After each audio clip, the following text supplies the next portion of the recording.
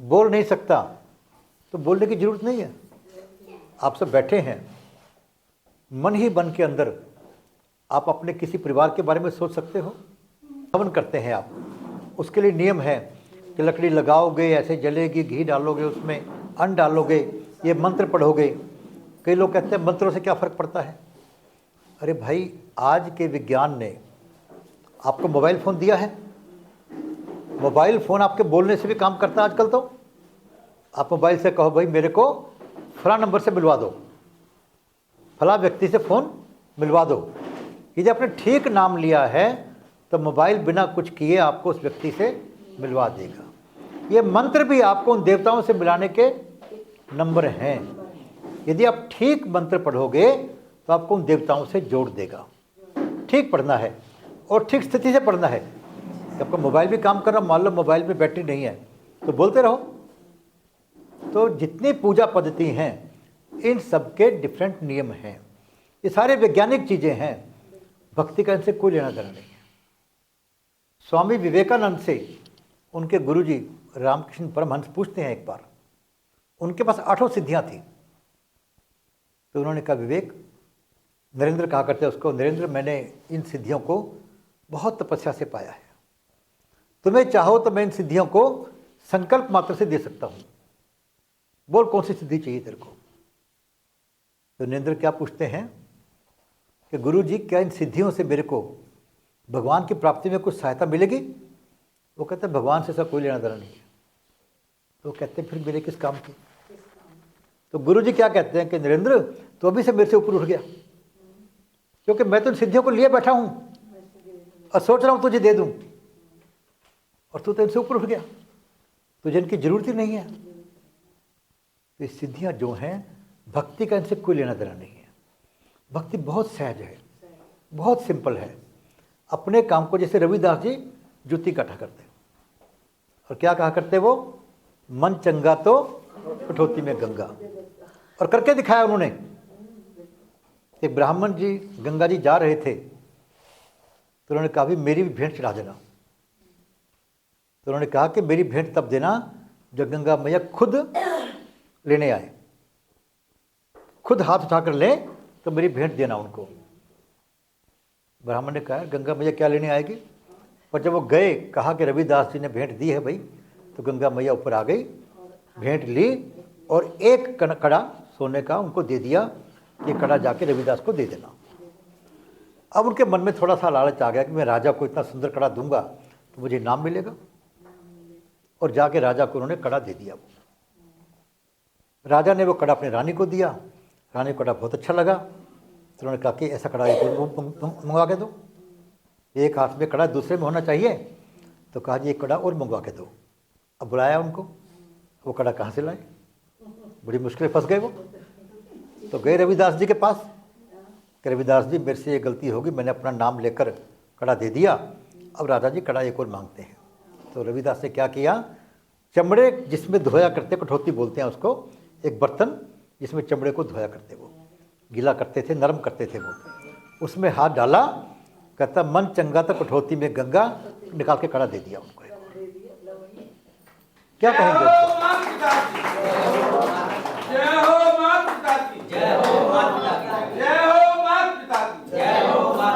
कर्म कोई छोटा नहीं है। अपना कर्म ईमानदारी से और समाज के लाभ के लिए करो कि मेरे काम से समाज का लाभ हो। अपने यहाँ तो व्याद गीता नाम से ग्रंथ आता है एक, जिसमें एक मांस बेचने वाला एक ऋषि को ज्ञान दे रहा है। मांस बेचने वाला, हमने किसी कर्म विशेष की बात नहीं की है, कर्म को किस भावना से किया गया। जैसे एक सैनिक मोर्चे पर 100 लोगों को मारता है तो उसे वीर चक्र मिल सकता है, और वही सैनिक गांव में आके एक व्यक्ति को मार दे तो उसे फांसी हो सकती है। वही व्यक्ति है, वही कर्म करने वाला है, लेकिन वहाँ भावना और है, यहाँ भावना और है। तो अपने जीवन के अंदर पूजा पद्धति को हमने धर्म से जोड़ दिया, यही बड़ी गलती कर दी। भक्ति से अगर जुड़ेंगे आप तो भक्ति के लिए कोई ज्ञान, कोई शक्ल, कोई पढ़ाई कुछ नहीं चाहिए आपको, लेकिन भक्ति के लिए अहंकार छोड़ना पड़ता है। जैसे गुरु की सेवा, गुरु चरणों की सेवा कैसे करें, अहंकार रहित। तुलसीदास जी की रामायण में 9 तरह की भक्ति बताई गई है और उन सब में साथ में विशेषण जोड़ा गया है। जैसे सत्संग, किसका? संतों का सत्संग। उसमें लिखा है प्रभु के नाम का वर्णन करना, गुणगान करना भक्ति है। और साथ में लिखा है बिना स्वार्थ के। हम स्वार्थ से कोई फीस लेकर करता हो तो गुणगान की भक्ति नहीं कही जाएगी, वो तो एक व्यापार हो जाएगा आपका। प्रभु का गुणगान सुनना भक्ति है। और साथ में लिखा है प्रेम सहित। आप किसी के जगराते में जाते हैं, सुंदरकांड के पाठ में जाते हैं, तो शर्मा जी के, गुप्ता जी के, अरोड़ा जी के घर पे जा रहे हैं आप, तो उसको शक्ल दिखाते हुए मैं आ गया, देख ले भाई, पाठ पुठ का कोई ख्याल नहीं होता, वहाँ पहुँच गए, ठीक है। तो सुनना प्रेम सहित, गुरु चरणों की सेवा करना अहंकार रहित होकर। हम तो गुरु के माता पिता की सेवा में अहंकार करते हैं कि मैं माँ की सेवा करता हूँ। मैं कई बार कहा करता हूँ भाई, अपना भाग्य बनाना हो, 2 चीज़ों से आदमी तरक्की करता है, एक मेहनत से, एक भाग्य से। अब कई लोग कह देते हैं कि मेहनत करना तो मेरे हाथ में है, भाग्य मेरे हाथ में कहाँ से है? भगवान ने भाग्य जो लिख दिया मैं क्या करूं? तो भगवान ने उसका भी इलाज दिया है कि माता पिता की सेवा करके अपना भाग्य भी आप यहीं बना सकते हैं। और माता पिता बीमार होकर, खुद बीमार, कष्ट सहकर आपको मौका देते हैं भी सेवा करके भाग्य बना लो। एहसान कौन करे? धन्यवाद कौन करे? अरे माता पिता का धन्यवाद करो कि वो आपको भाग्य बनाने का मौका दे रहे हैं, आपको सेवा करके भाग्य बनाने का मौका दे रहे हैं। और उल्टी गंगा का एहसान हम करते हैं कि मैं माँ के पैर दबा रहा हूँ। तो गुरु के चरणों की सेवा अहंकार रहित होकर। जय हो माता पिता की, जय हो माता पिता की, जय हो माता पिता की, जय हो माता पिता की, जय हो माता पिता की, जय हो माता पिता की। ऐसे ही नाम सिमरन की बात की, भगवान का नाम सिमरन करना सबसे आसान काम है। कुछ नहीं करना, कोई पैर नहीं दबाने, किसी का कहीं जाना नहीं है, जहाँ बैठे हो, जहाँ जैसे हो कर दो शुरू। पर दुनिया में इससे मुश्किल काम भी कोई नहीं भाई। कहते हैं ना कि मन को जीतना सबसे मुश्किल काम, क्योंकि नाम सिमरन का मतलब आपने मन को जीतना है। और मन को जीतने का उपाय भी नाम सिमरन के अंदर ही है, और कोई उपाय नहीं है मन को जीतने का नाम सिमरन के अलावा। और नाम सिमरन और मन को जीतने की बात करें तो इसके बारे में 2 बातें बड़ी मैं सुनाऊंगा आपको। एक बात तो बुल्ले शाह की बात। बुल्ले शाह कहते हैं कि बुल्लिया मंदा की समझाना, इधरों पटके उधर लाना। एक छोटा सा पौधा यहाँ से उठा के वहाँ लगा दिया कि मन को समझा लिया। दूसरी तरफ वशिष्ठ जी कहते हैं एक बार श्री राम को, राम यदि कोई कहता है कि मैंने पूरे पर्वतमाला को उठा लिया अपने हाथ पर, तो बात तो यह असंभव है, पर एक पल के लिए मान लूँगा मैं, शायद किसी ने ऐसा चमत्कार कर दिया हो। कोई कहता है मैंने पूरे सागर का पानी पी लिया, कि बात तो ये भी असंभव है, पर एक पल के लिए मान लूँगा शायद किसी ने ऐसा करिश्मा कर दिया हो। पर कोई कहता है मैंने मन को जीत लिया, तो नहीं मानूंगा। कितना मुश्किल काम, पर्वत को उठाना, सागर को पीना मान लिया, मन को जीतना नहीं मान पाते।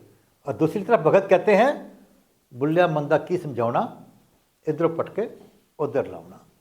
आप ज्ञान से मन को नहीं जीत सकते, केवल भक्ति ऐसी चीज़ है जो कि आपको मन के वश में करना सिखा सकती है। माया के काबू में आप ना आए तो भक्ति केवल इसका साधन है। तो अपना कर्म जो भी करें, उस कर्म को पूरी ईमानदारी से मानवता के कल्याण के लिए कर्म करें। चाहे वो दुकानदारी करनी हो, चाहे नौकरी करनी हो, तो आपके काम के अंदर ब्यूटी आ जाएगी। जैसे एक जगह मान लो मजदूर काम कर रहे हैं, कोई बिल्डिंग बन रही है, तो किसी से पूछते हैं भाई क्या कर रहा है तू? तो एक कहता है दिखता नहीं, अंधा हुआ है, ईंटें तोड़ रहा हूँ। दूसरे से पूछते हो आप क्या कर रहे हो भाई? कुछ नहीं भाई, अपने दिन काट रहे हैं, बच्चों का पेट पालने के लिए गुजारा कर रहे हैं अपना। तीसरे से पूछता है क्या कर रहे हो भाई? कहता मंदिर बना रहा हूँ। तीनों वही काम कर रहे हैं, ईंटें तोड़ने का। तीनों को उतने ही पैसे मिलने हैं, तीनों के लिए उसी गर्मी सर्दी में काम करना है। एक मंदिर बना रहा है, एक दिन काट रहा है, और एक वहाँ पर चिल्ला रहा है। तो जीवन को आप जिए ऐसा, जब आप मंदिर के निर्माण की, समाज के निर्माण की या भगवान के काम की बात करें, और कई बार उलझ जाता है आदमी, मैं क्या करूं। तो भगवान ने श्री देवालय संघ के द्वारा आपको ये भी बता दिया कि क्या सिंपल काम कर सकते हैं आप। कोई विद्या की जरूरत नहीं है, लोगों को राम के नाम से जोड़ना और राम के काम से जोड़ना। राम का काम क्या है? धर्म की रक्षा के लिए भगवान जन्म लेते हैं, और उसके लिए भगवान ने रास्ता दे दिया यहाँ पर कि श्री देवालय संघ के द्वारा धर्म की रक्षा करने के लिए कार्य करो। और रक्षा कौन करेगा? जिसमें शक्ति होगी। शक्तिशाली कैसे बनोगे आप? आत्मबल से और संगठन से। आत्मबल कैसे आएगा? संस्कारों से। और संस्कार के लिए कुछ नहीं करना। जय हो माता पिता की। जय हो माता पिता की। जय हो माता पिता की। जय हो माता पिता की। जय हो माता पिता की। जय हो माता पिता की। जय हो माता पिता की। हमें पता होता है कि हमारे अंदर कौन सी वृत्ति पनप रही है, कौन सी वृत्ति चल रही है। और राक्षसी वृत्ति की एक ही पहचान है, वो कहते हैं कि मेरी मानो, और कुछ नहीं। कोई शराब पीना, अंडा मीट खाना, इसका राक्षसी वृत्ति से कोई लिंक नहीं है। कहते हैं मेरी बात मानो। पति कहता है पत्नी को मेरी मान वरना तंग करूंगा। पड़ोसी कहता है मेरी मानो वरना तंग करूंगा मैं। केवल एक ही बात। तो पहचान लो, क्या मेरे अंदर ऐसी भावना है कि मेरी चले। अरे आप भी ठीक हो सकते, वो भी ठीक हो सकता है। ये पूरा ब्रह्मांड देखना, दुनिया देखना कितना मुश्किल काम है। एक हाथी को देखना हो तो पूरा देख नहीं पाते हम। कोई कान देखे तो कान जैसा कहेगा, पूंछ दिखे तो पूंछ जैसा कहेगा। हम इस दुनिया में क्या क्या देख पाएंगे? पता नहीं सामने वाला क्या देख रहा है, हम क्या देख रहे हैं। आप दोनों ही ठीक हो सकते हैं, दोनों ही ठीक हो सकते हैं, और दोनों ही गलत भी हो सकते हैं। आपको अधिकार है अपनी बात को अपना सोचने का, पर यह अधिकार नहीं कि मेरी बात मानो वरना जैसे ईसा मसीह को मारा, जैसे गलीलियो को मारा, गुरु तेग बहादुर को मारा, आपको भी तंग करूंगा मैं। ये पहचान है राक्षसी वृत्ति की। तो आप ऐसा अगर इसको कंट्रोल कर पाएंगे अपना, तो घर भी सुखी रहेगा, आप भी सुखी रहेंगे, और इस समाज भी सुखी रहेगा। और आप वो इंसान बन पाएंगे जिन्हें भगवान प्रेम करते हैं, जिन्हें भगवान प्रेम करते हैं। तो किसी का कोई प्रश्न हो तो पूछ सकते हैं। कोई प्रश्न किसी का आपका है? बोलिए। सब सत्य जो है कड़वा क्यों होता है? अच्छा ठीक है, बैठिए जैसे महाभारत में कह दिया ना कल नहीं को औलादन, तो वो पूरा महाभारत ही बन गया। बैठिए। देखिए, कई बार सच बोलने वाले अपने अहंकार में रहते हैं, मैं सच बोल रहा हूं। सच बोल के आप किसी पे एहसान नहीं कर रहे होते। ये आपकी मर्जी है कि आपको सच बोलना कि झूठ बोलना है। कई बार ईमानदार ऑफिसर लोगों के काम नहीं करते, अहंकार करते हैं कि मैं ईमानदार हूं। अरे भाई, समाज का काम नहीं करते, तेरी ईमानदारी से क्या लेना हमारे को? काम करो। इसीलिए संतों ने लिखा है, मिठत नीवी नान का गुण चंगैया तत्। मीठा बोलना और झुककर रहना सारे गुणों की खान है, ये गुरु नानक देव जी ने कहा। और विनम्रता आदमी का आभूषण है। सच कड़वा क्यों बोलोगे आप? प्रेम से बोलो भाई, प्रेम से बोलो। सच बोलने वाला अहंकार ना करे। ईमानदार व्यक्ति अपनी ईमानदारी का अहंकार ना करे। उसी अहंकार के अंदर ईमानदार लोग पीछे रह जाते हैं, क्योंकि आगे बढ़ना है तो आपको तपस्या करनी पड़ेगी। तपस्या क्या होता है? सिस्टमैटिक मेहनत। अगर ऐसा ना होता तो राक्षसों को वरदान नहीं मिलते। ऐसा ना होता तो देवताओं को, अच्छे राजाओं को श्राप नहीं मिलते। मेहनत करनी पड़ेगी आपको, और दुनिया के अंदर अपनी बात को कैसे रखना है, कैसे कहना है। बात क्या है उससे ज़्यादा महत्वपूर्ण है बात कैसे रखी गई है। अभी अपने यहाँ कुछ साल पहले एक स्कीम आई थी, अग्निवीर योजना। अग्निवीर योजना के अंदर 4 साल की ट्रेनिंग थी मिलिट्री की। उसके बाद उनको पैसे मिलने थे, ट्रेनिंग में भी पैसे मिलने थे। बाद में उसको मिलिट्री में जाने का और अन्य नौकरी में जाने के चांसेस बेटर मिलने थे। बजाय उसको डिग्री कहने के कह दिया गया कि मिलिट्री के अंदर बोझ बढ़ रहा है पेंशन का, इसलिए अग्निवीर लेकर आए हैं। हो गया विरोध शुरू उसका। बात ठीक भी ढंग से नहीं रखी गई तो उसका अर्थ अनर्थ हो जाता है। जैसे हम कहते हैं कि गीता में श्लोक है, कर्मण्येवाधिकारस्ते मा फलेषु कदाचन। इसका अर्थ क्या कर दिया गया कि कर्म किए जा, फल की इच्छा मत कर। ये इसका अर्थ नहीं है। इसका अर्थ ये है कि कर्म करने पे तेरा अधिकार है। जैसे मैं बोल रहा हूँ, मेरा बोलने पे तो अधिकार है, पर आप क्या लेकर जाओगे इस पर मेरा कोई अधिकार नहीं। आपके मन में क्या विचार आएंगे, क्या सोचोगे मेरे बारे में या किसी अन्य बात के बारे में, ये मेरे अधिकार की बात नहीं है। कर्म करने पे आपका अधिकार है, फल पर आपका अधिकार नहीं है। इसलिए कर्म के फल को देखकर कर्म करना मत छोड़ देना। आमतौर पे होता है, घर में पति पत्नी लड़ पड़े, पति कहता है क्या काम करना है, और पत्नी कहती है मैंने क्या काम करना है। आमतौर पे होता है। तो गीता में लिखा है कि कर्म के फल को देखकर कर्म करना मत छोड़ देना। ये नहीं लिखा उसके अंदर कि कर्म किए जा, फल की इच्छा मत कर। तो इसी प्रकार सच बोलना है तो भी मीठे बोलो और ढंग से बोलो, तभी उसका असर होगा, वरना आपका सच बोलना भी बेकार चला जाएगा। और कोई प्रश्न किसी का? जी हाँ जी, सतपाल जी। हमारे बड़े बूढ़े हमें कहते आए कि अंत का और राम का बैर है। किसका? अंत और राम, यानी किसी भी चीज का अंत कर देना, गाड़ी देनी, जितनी देनी तितनी देनी, पता है उसका जो राम का और इन चीजों का बैर है। अर्थात अगर हमारे अंदर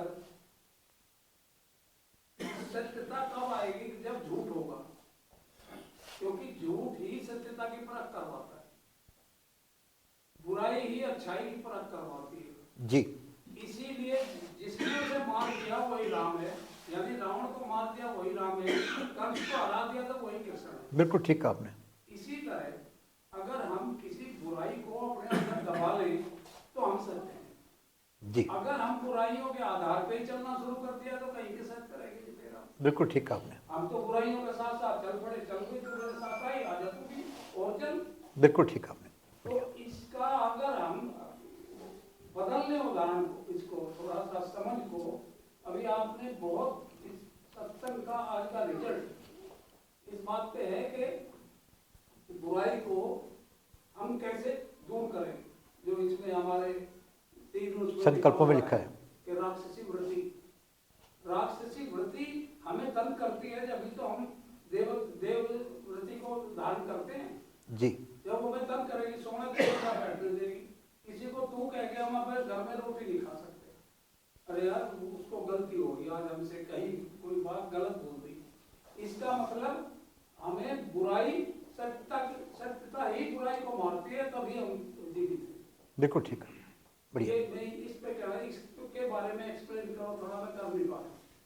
नहीं, आपने कर ही दिया, आपने बहुत अच्छे ढंग से इसको एक्सप्लेन कर दिया है कि झूठ है तो सच की वैल्यू है, बुराई है तो अच्छाई की वैल्यू है, और रात है तो दिन की वैल्यू है। बिना एक के दूसरा नहीं है। इनको पूरी तरह से समाप्त करने की कोशिश मत करना, कभी भी होंगी नहीं, उलझ जाओगे। कंट्रोल करने की कोशिश करना। जैसे कि रामायण का अगर एक वाक्य लेना हो सीखने के लिए, वो क्या है? लक्ष्मण रेखा। अपनी लक्ष्मण रेखा में रहना सीख लो, वरना रावण बाहर तैयार बैठा है पकड़ने के लिए।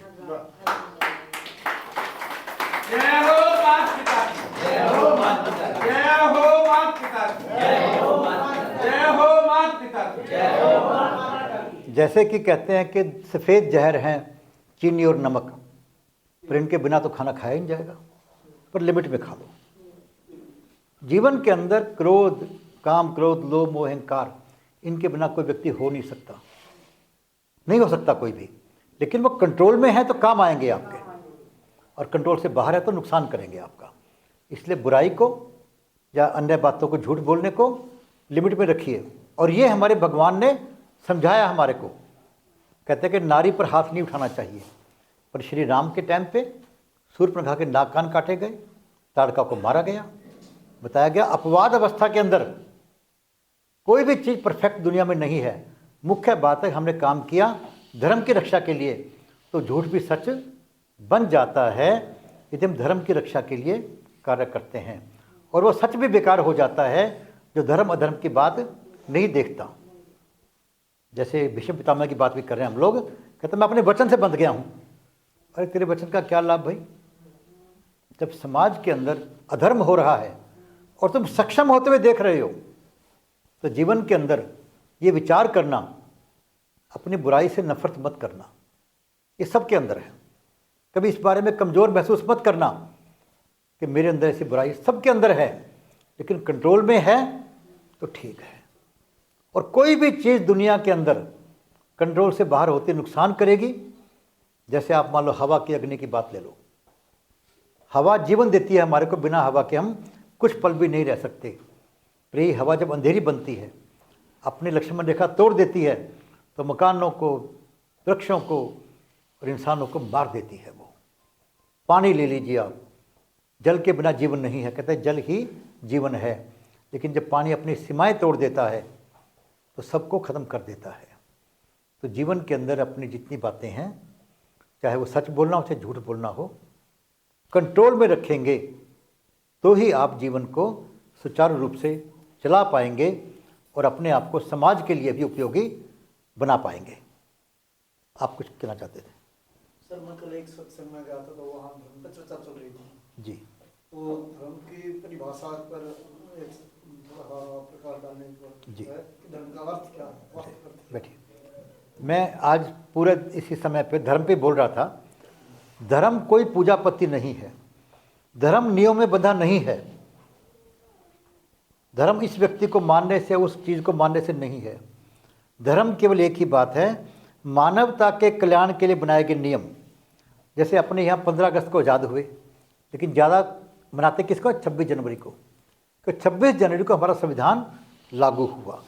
संविधान क्या है? हर देश का संविधान है कि उस देश के वासियों के कल्याण के लिए बनाए गए नियम, वो संविधान है। इसी प्रकार मानवता के कल्याण के लिए बनाया गया संविधान धर्म है।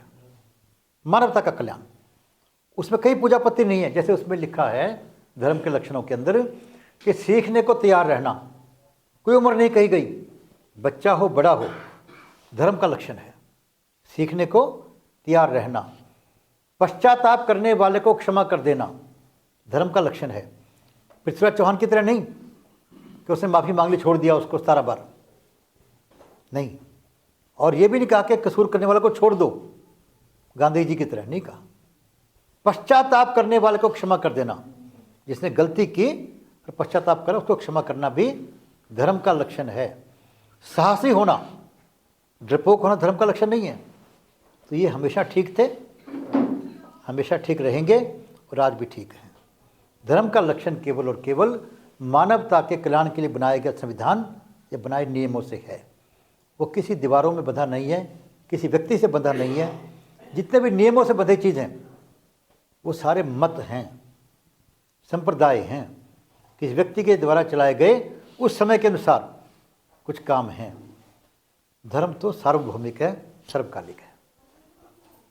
मैंने तो महात्मा व्यास ने ये कहा था कि धर्म का अर्थ होता है कर्तव्य, कर्तव्य का बोध करना। जैसे माता पिता की मानव प्रति क्या धर्म, इसलिए कहूँ ना धर्म के कई चीज़ हैं। गुरु के प्रति हमारा क्या धर्म हाँ, है, तो ये जो धर्म है मानवता कल्याण की बात है। क्या धर्म है, देश के प्रति क्या धर्म है। देखिए, आपके अपने माता पिता की बात नहीं है, सबके माता पिता की बात है, धर्म की बात है, मानवता की बात है। चलिए आप सब आए। हाँ जी, कुछ कहना चाहते हैं आप? सर, हम बचपन से ये सुनते हैं कि सत्य बोलना चाहिए जी और सच में ताकत है, जी। लेकिन ये ज्ञात हमें कब होना चाहिए कि कौन सा सत्य बोलना है और कौन सा सत्य नहीं बोलना। क्या कोई ऐसा संसार में व्यक्ति हुआ जो 24 घंटे सत्य बोल सके? जीवन के व्यवहारिक जीवन की बात कर रहा हूँ मैं जी। और मैं इसी विषय पर जानना चाहता हूँ कि हमें कौन सा सत्य बोलना है, कौन सा सत्य नहीं बोलना। बहुत अच्छी बात है।